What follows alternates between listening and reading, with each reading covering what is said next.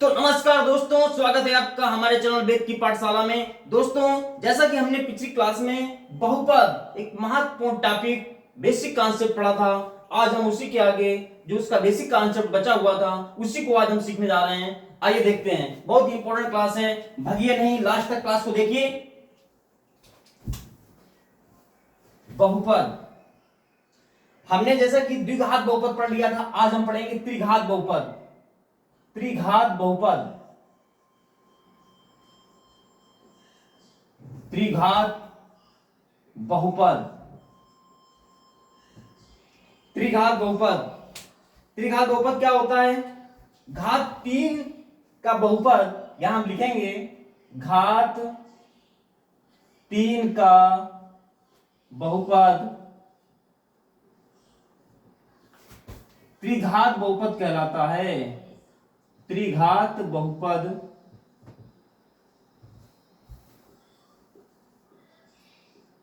कहलाता है। जो घात 3 का बहुपद होता है वो त्रिघात बहुपद कहलाता है। देखते हैं, एग्जांपल के माध्यम समझते हैं।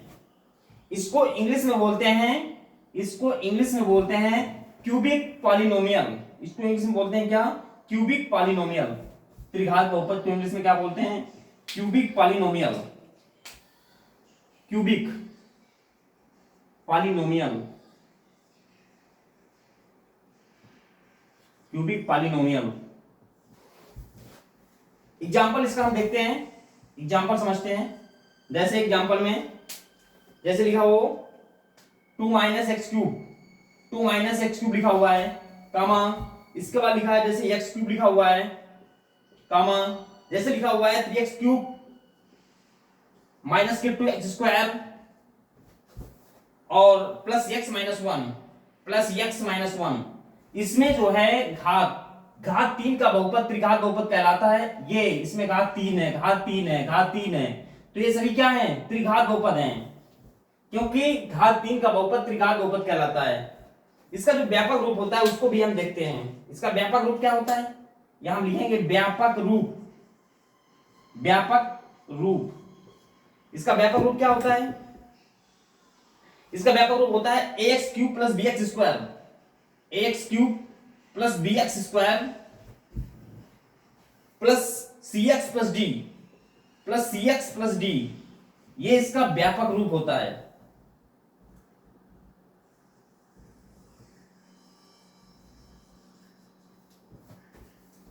इसके बाद हमने इसको समझ लिया। इसमें एक चीज और है, जहां यहां लिखेंगे हम, जहां a does not equal to 0, a जो है इसकी जो वैल्यू है 0 के बराबर नहीं होना चाहिए, a does not equal to 0। अब इसके बाद हमने पढ़ लिया त्रिघात बहुपद। इसके बाद हम पढ़ेंगे शून्य बहुपद क्या होता है हमारा, शून्य बहुपद। आइए समझते हैं उसको, शून्य बहुपद।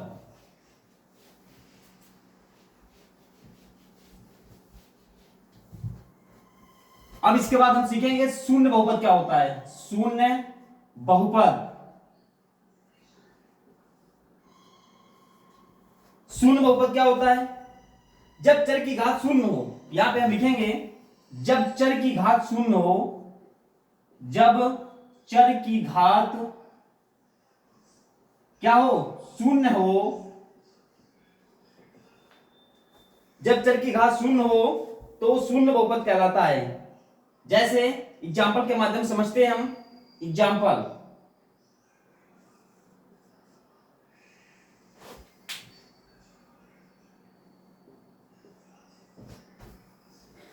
जैसे दिया हो जैसे -7 दिया हो, कामा, जैसे 6 दिया हो, कामा, 3/2 दिया हो, तो इनमें क्या है? ये सब अचर पद हैं हमारे। ये सभी क्या हैं? अचर पद हैं।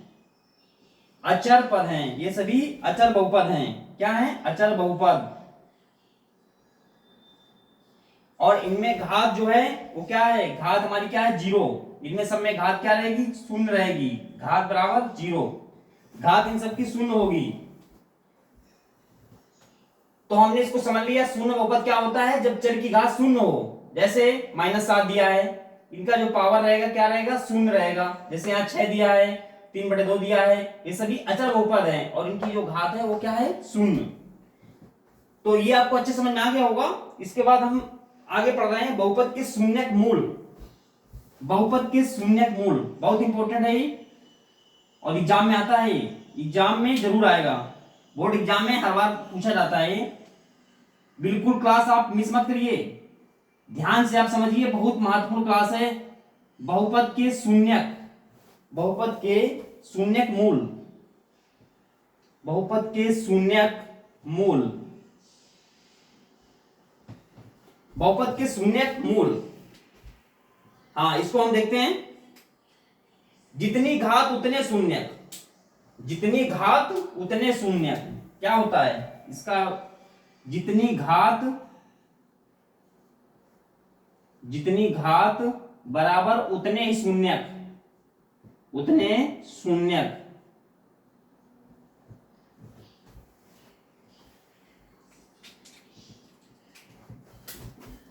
इसको आप बिल्कुल ये नोट पॉइंट कर लीजिए, जितनी घात उतने शून्यक, ये बहुत इंपॉर्टेंट है, वेरी वेरी इंपॉर्टेंट। जितनी घात उतने शून्यक। अब इसको हम देखिए एग्जाम्पल के माध्यम से समझते हैं।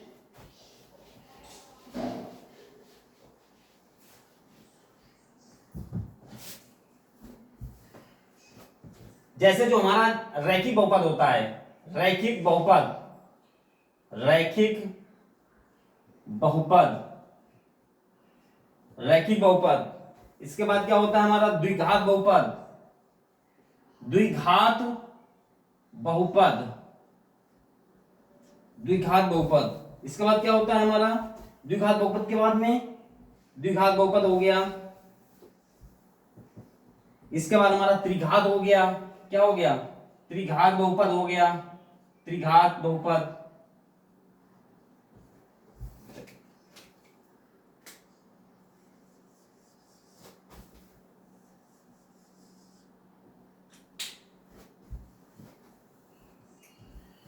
देखिए जो रैखिक बहुपद होगा, रैखिक बहुपद में जो शून्यक होगा वो एक होगा। रैखिक बहुपद में जो है शून्यक कितना होगा? एक।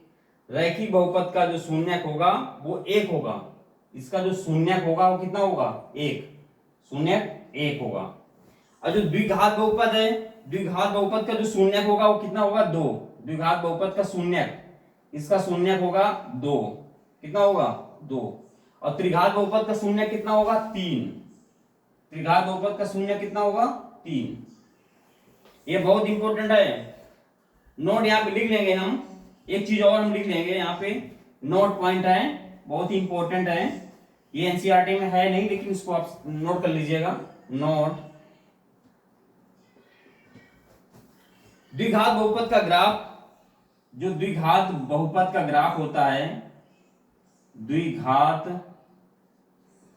बहुपद का ग्राफ, द्विघात बहुपद का ग्राफ क्या कहलाता है?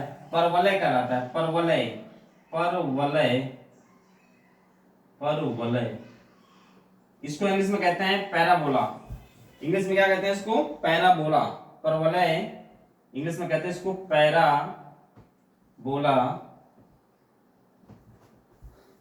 द्विघात बहुपद का ग्राफ परवलय ग्राफ कहलाता है, परवलय कहलाता है। क्या कहलाता है? परवलय कहलाता है। अब देखिए, जैसे इसको एग्जाम्पल के माध्यम से समझते हैं हम, इनमें जो बहुपद हैं इनको एग्जाम्पल के माध्यम से समझते हैं। जैसे यहां पे हम ले लेते हैं कि माना, माना, ये नोट पॉइंट है, इसको आप नोट कर लीजिएगा अच्छे से, ये बहुत महत्वपूर्ण है। एग्जाम में इसको, बोर्ड एग्जाम में पूछ लेता है। यहां पे अब हम एग्जाम्पल के माध्यम से समझेंगे। माना px, माना px equal to x plus 7 दिया हुआ है। जैसे x प्लस 7 दिया हुआ है, माना px बराबर x प्लस 7 दिया हुआ है। अब यहां पे इसमें हमको शून्यक पता करना है। शून्यक, तो शून्यक के लिए यहां पे हम लिखेंगे, शून्यक के लिए, शून्यक के लिए, शून्यक के लिए यहाँ पे हम px इक्वल टू क्या कर देंगे? px इक्वल टू 0 ले लेंगे। क्या? px बराबर क्या? 0। तब यहाँ पे क्या हो जाएगा? जब px बराबर 0 ले लिया तो यहाँ क्या आ जाएगा? x प्लस 7 इक्वल टू 0 हो जाएगा। x प्लस 7 इक्वल टू क्या हो जाएगा 0। तो यहाँ x बराबर क्या हो जाएगा -7। x बराबर क्या आ गया -7 आ गया। x बराबर -7। तो यहाँ पे क्या हो जाएगा शून्य। इसका शून्य क्या आ जाएगा यहाँ पे, तो शून्य इसमें क्या हो जाएगा शून्य। यहाँ पे क्या है 0, क्या है यहाँ पे शून्य 0। ये क्या है अचर बहुपद है, क्या है ये अचर बहुपद है और शून्य क्या रहेगा इसका 0 रहेगा। तो अब इसको हम चेक कर लेते हैं, इसको हम चेक कर लेते हैं, जांच भी लेते हैं, इसको हम चेक कर लेते हैं। यहाँ पे लिखते हैं चेक, चेक कर लेंगे इसको हम। कैसे चेक करेंगे, x की जगह में क्या हो जाएगा हमारा -7।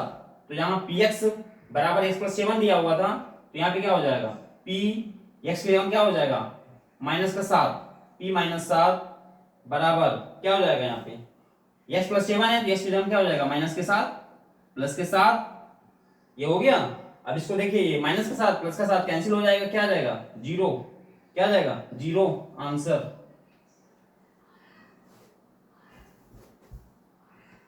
बहुत अच्छे समझ में आया होगा, उम्मीद है आपको बहुत अच्छे समझ में आ रहा होगा। इसके बाद आगे देख रहे हैं,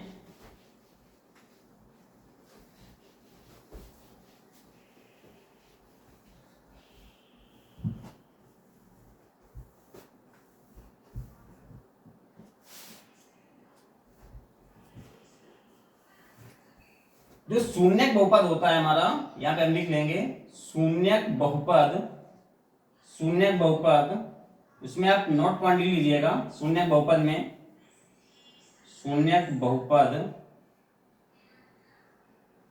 शून्यक बहुपद, इसमें आप लिख लीजिए x का वह मान जो बहुपद में रखने पर, यहां पे लिखेंगे x का वह मान, x का वह मान जो, x का वह मान जो बहुपद में रखने पर, बहुपद में रखने पर, x का वह मान जो बहुपद में रखने पर बहुपद को शून्य बनाता है, बहुपद को शून्य बनाता है,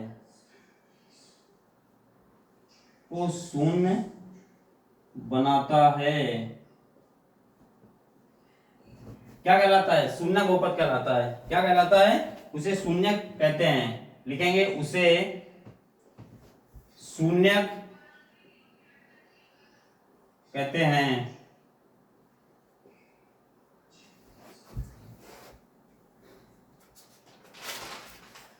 चलिए इसके आगे समझते हैं, और भी एग्जाम्पल हैं, एग्जाम्पल के माध्यम से और समझते हैं। जैसे एक और एग्जाम्पल दे रहे हैं, जैसे मान लीजिए यहाँ बहुपद, यहाँ पे लिखा हो बहुपद px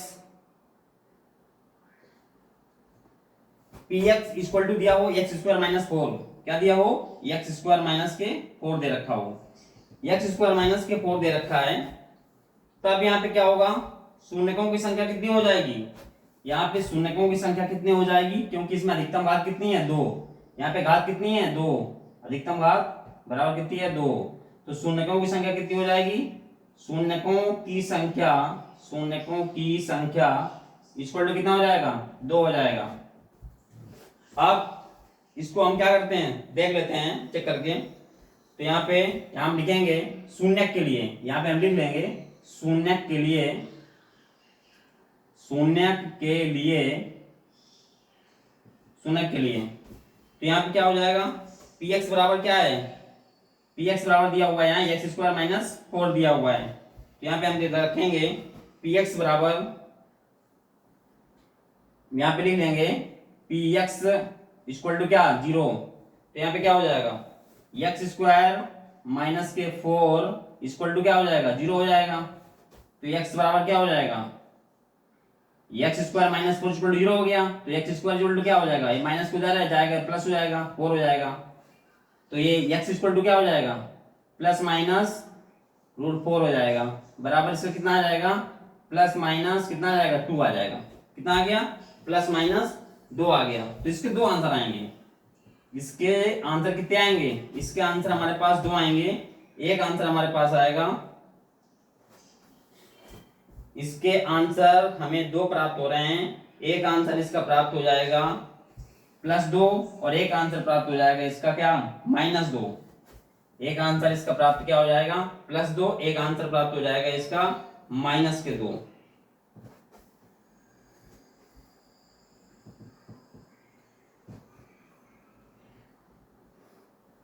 तो यहाँ पे हो जाएगा x +-2, यानी एक प्राप्त हो जाएगा हमें, x +2 एक प्राप्त हो जाएगा, x -2 इसका आंसर प्राप्त हो जाएगा।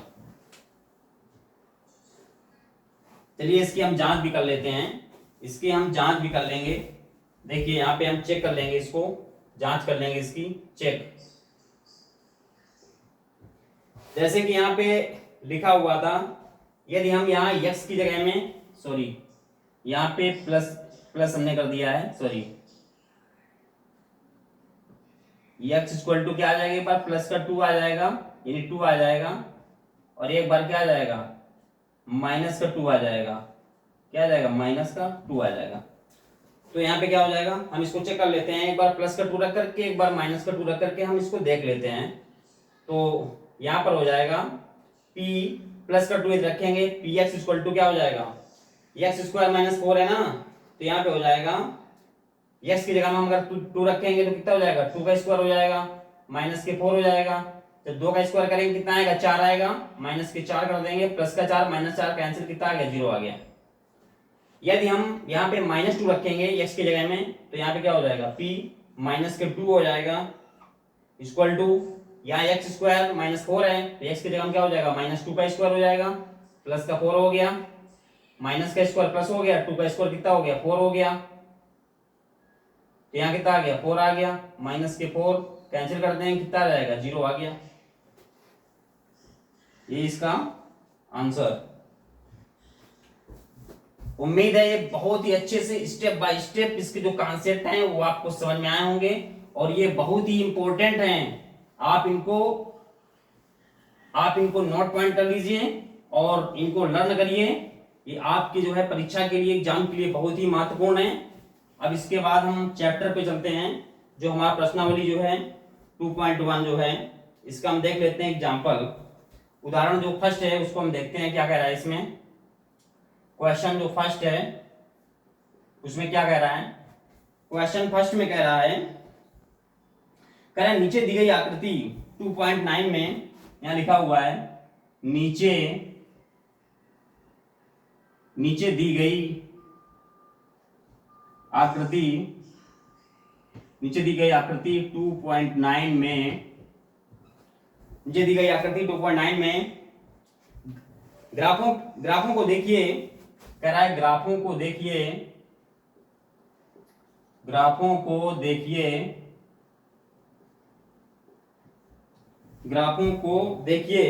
प्रत्येक आकृति y इक्वल टू, प्रत्येक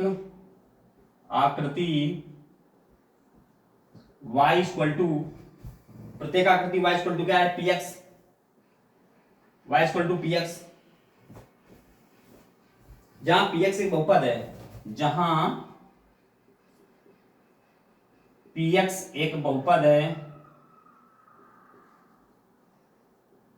जहां px एक बहुपद है, का ग्राफ है, ग्राफों से प्रत्येक की ज्ञात कीजिए जहां px एक बहुपद है का ग्राफ है, जहां px एक बहुपद है का ग्राफ है, एक बहुपद है का ग्राफ है, ग्राफों से प्रत्येक की ज्ञात कीजिए का ग्राफ है, ठीक है। ग्राफों से प्रत्येक के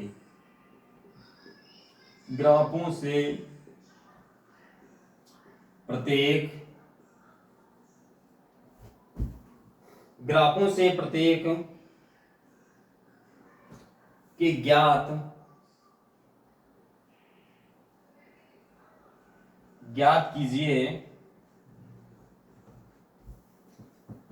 कीजिए लिए px के शून्यकों की संख्या, लिए px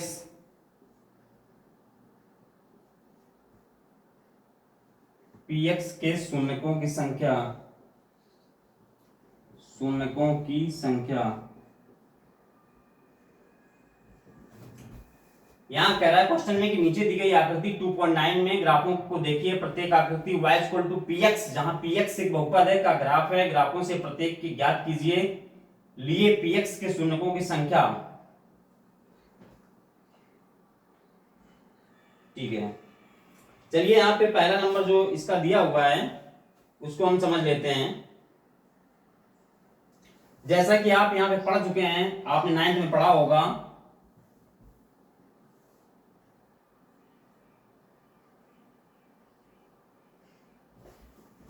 आपने 9th में पढ़ा होगा, ये हमारा x अक्ष है, ये यहाँ पे माइनस में होता है, x माइनस में होता है, ये प्लस में होता है y, और इधर क्या होता है, माइनस में होता है।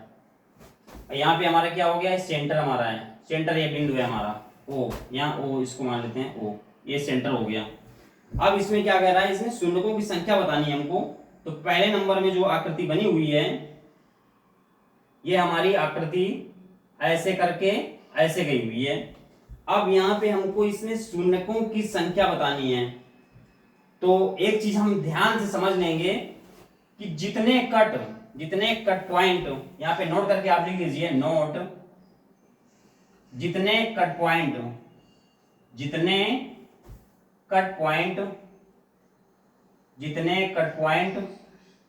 उतने शून्यक। ये बहुत ही महत्वपूर्ण है, इसको ध्यान समझिए आप, जितने कट पॉइंट उतने शून्यक। अब देखिए यहाँ पे इसमें कितने जो है यहाँ कट पॉइंट हैं, x अक्ष की बात हो रही है, यहाँ x की बात हो रही है, तो यहाँ पे एक ही कट पॉइंट है, कितना है, एक। तो यहाँ पे शून्य की संख्या कितनी होगी, एक। यहाँ पे एक कट पॉइंट है तो शून्य कितना होगा, एक। तो यहाँ पे लिख देंगे हम शून्य इक्वल टू 1। ये आकृति हमारी ये फर्स्ट होगी। इसके बाद हम सेकंड आकृति को समझते हैं। सेकंड आकृति जो है, चलिए इसको इरेज कर देते हैं, इसके बाद देखते हैं।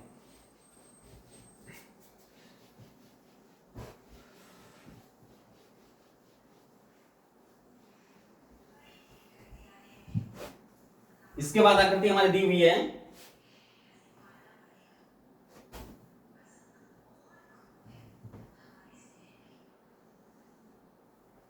इस सेकंड आकृति है।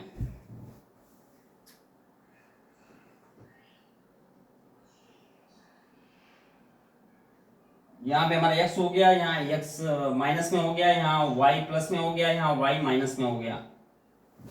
ये हमारा सेंटर हो गया O। अब यहाँ पे दिया हुआ है आकृति जो हमारी बनी हुई है, उस सेकंड नंबर की जो आकृति है वो ऐसे करके ऐसे है, ऐसे करके ऐसे है। अब इसमें हमें बताना है कि कितने कट पॉइंट है और कितने यहाँ पे शून्यक हो रहे हैं। तो जैसा हम देख पा रहे हैं, यहाँ पे एक हमारा ये कट पॉइंट है और एक हमारा ये कट पॉइंट है दोस्तों। एक कट पॉइंट ये हो गया, एक ये कट पॉइंट हो गया। तो इसमें दो कट पॉइंट हैं, तो शून्यक की संख्या कितनी होगी, शून्यक की संख्या हो जाएगी 2। शून्यक बराबर कितना हो जाएगा, 2। जैसा कि हमने बताया आपको कि जितने कट पॉइंट उतने शून्यक, जितने कट पॉइंट उतने शून्यक। तो इसको, इसमें दो कट पॉइंट हैं, तो इसको हम बोल सकते हैं द्विघात का परवलय। इसको हम बोल सकते हैं द्विघात का परवलय, द्विघात का परवलय, द्विघात का परवलय। अब इसके बाद आकृति जो थर्ड नंबर है उसको देखते हैं। ये सेकंड हो गई, थर्ड नंबर में क्या कह रहा है। थर्ड नंबर में वैसे बना लेंगे, ये यहाँ हमारा ये प्लस हो गया, इधर ये माइनस का हो गया, यहाँ y प्लस हो गया, इधर यहाँ y माइनस हो गया, और ये हमारा क्या हो गया, सेंटर हो गया। और इसमें जो है हमारी आकृति कुछ इस तरीके से बनी हुई है।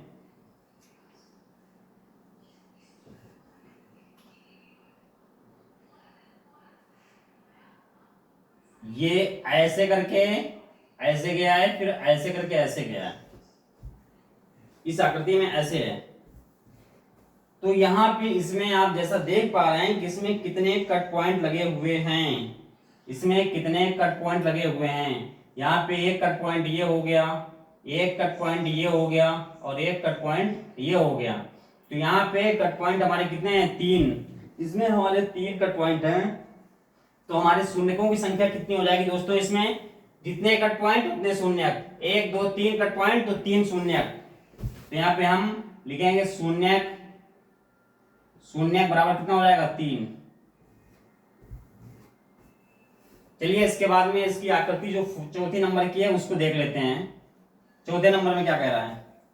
चौथे नंबर की जो आकृति है उसको देखते हैं। आकृति ऐसे हम बना लेते हैं, ये हमने बना लिया। यहाँ पे हमारा क्या हो गया? ये हमारा यहाँ पे x हो गया, ये हमारा x यहाँ माइनस में हो गया, ये हमारा y प्लस में हो गया, इधर y माइनस में हो गया, यहाँ ये क्या हो गया? हमारा सेंटर हो गया, 0 यहाँ पे ले लिया केंद्र। अब यहाँ पे क्या करेंगे? इसकी जो आकृति है ये ऐसे बनी हुई है, इसकी जो आकृति इसमें बनी हुई है ये ऐसे बनी हुई है। अब इसमें कह रहा है कि शून्यकों की संख्या कितनी है, तो इसमें x पॉइंट में आप देख पा रहे हैं यहाँ पे इसमें जो है कितने कट पॉइंट है? 1। तो यहाँ पे शून्य कितने हो जाएंगे? 1 हो जाएगा। शून्य बराबर कितना हो जाएगा? 1। ये इसका क्या है आंसर? शून्य इक्वल टू कितना हो जाएगा? 1। अब इसकी जो 5वीं आकृति है उसको देख लेते हैं हम। आकृति नंबर जो 5 है उसको हम देखते हैं। ये इसकी 5वीं आकृति है और ये इसमें जो है इसको हम बना लेते हैं। ये हमने इसको बनाया। यहाँ पे हमारा क्या हो जाएगा? यहाँ पे दोस्तों हमारा हो जाएगा x, इधर x माइनस 1, ये इधर हमारा y प्लस में हो गया, इधर y हमारा माइनस में हो गया। यहाँ पे हमारा सेंटर हो गया O। अब यहाँ पे ये हमारी आकृति किस तरीके से बनी हुई है? ये हमारी आकृति बनी हुई है यहाँ पे ऐसे करके,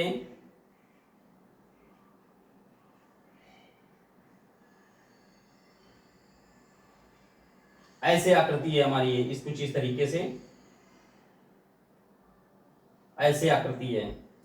अब यहाँ पे जैसा कि हम देख पा रहे हैं दोस्तों कि यहाँ पे जो कट पॉइंट है एक जगह है। कितना है? एक जगह।